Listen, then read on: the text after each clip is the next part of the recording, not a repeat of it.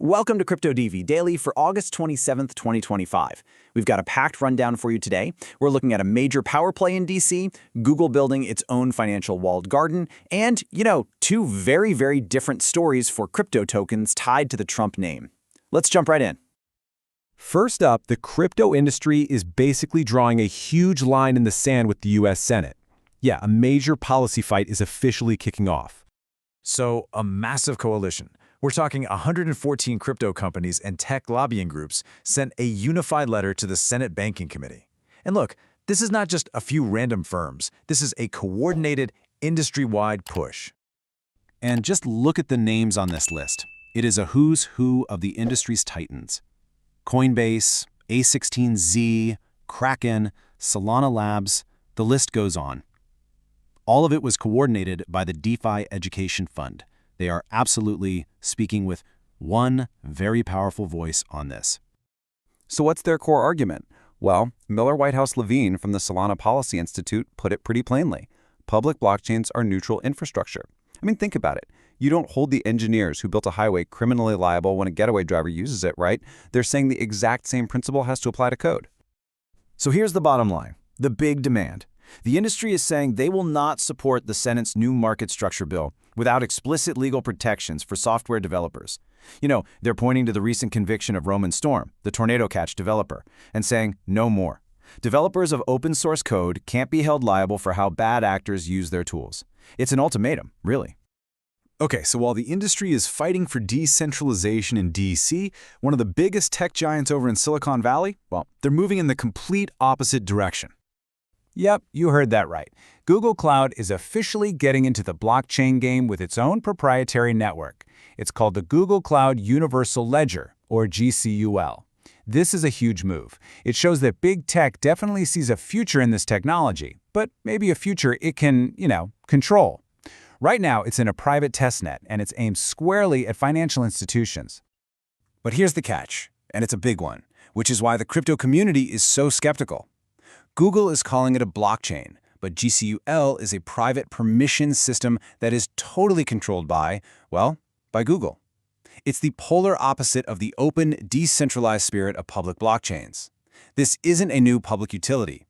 No, it's a high-efficiency walled garden for banks, and it sacrifices the very censorship resistance that many people believe is the whole point of blockchain in the first place.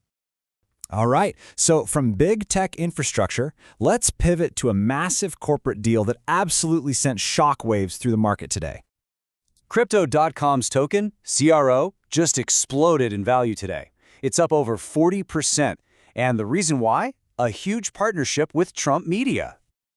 Okay, let's break this deal down, because it's pretty interesting. Trump Media is buying $105 million worth of CRO tokens to put in its treasury. In return, Crypto.com is buying $50 million worth of DJT stock. The plan is to integrate Crypto.com's wallet infrastructure right into the Truth Social platform, making CRO a key token for things like rewards and subscriptions. It's a win-win. Trump Media gets a crypto treasury asset and payment system, and Crypto.com gets huge exposure to millions of Truth Social users. Oh, and it doesn't even stop there. The new joint venture, which they're calling Trump Media Group, CRO Strategy Inc., is planning to go public through a SPAC, and the proposed stock ticker, you guessed it, MCGA. Now, let's just switch gears completely. We're going to go from corporate boardrooms in the US all the way down to the streets of South America, where crypto isn't about speculation, it's literally about survival. I mean, the economic picture in Venezuela is just dire. The national currency, the bolivar, has lost more than 70% of its value just since October.